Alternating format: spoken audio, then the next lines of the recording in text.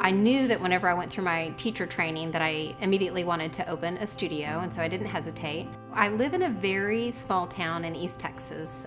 Canton is in the Bible Belt, and my very first class that I had was very well attended. I had about 30 people. And I was very excited about it, and I thought, well, great, this is going to go off without a hitch. And then a couple days later, I began to get phone calls asking me if I was Christian or just what my faith was. And it did catch me a little off guard. I had heard several preachers say that, yoga was not acceptable to a lot of churches, which I form my own opinion usually about things, but negativity can get in your mind and you don't understand it. There were a couple of meetings in town from some of the local churches not to come to yoga.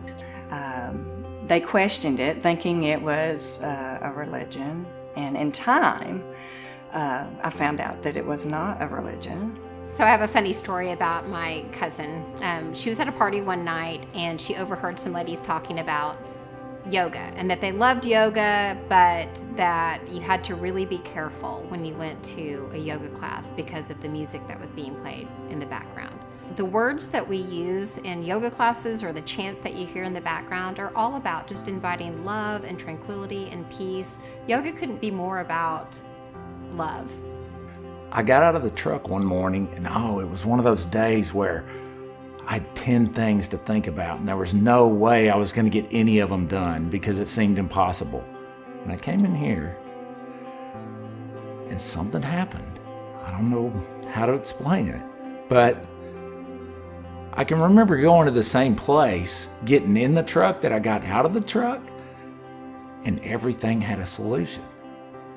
I can't explain exactly how it happened, and that's kind of what freaks me out about yoga.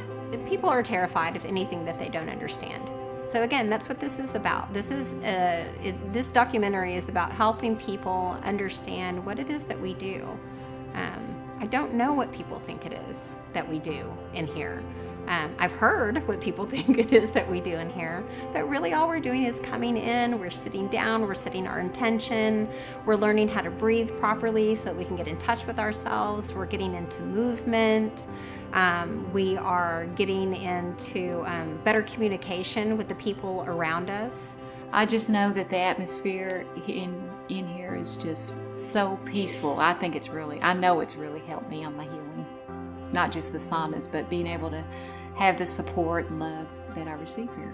There are lots of schools that offer the physical aspect, but the spiritual aspect of yoga is what really appeals to me.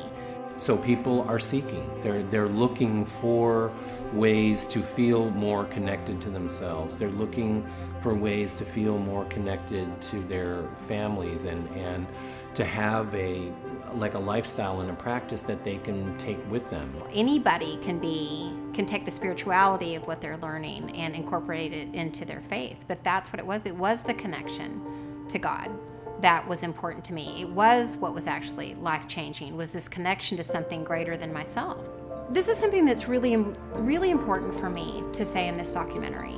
I think that it's time for us to quit looking at our differences and to start embracing our similarities. There's so much variety in the world. None of us are the same. We have different skin color, we have different hair color, different eye color. We speak different languages. If we were all meant to be exactly the same and go about our lives exactly the same, then we would all look exactly the same. And we don't. We have so many different ways to express ourselves, and it's time to embrace it instead of fighting against it.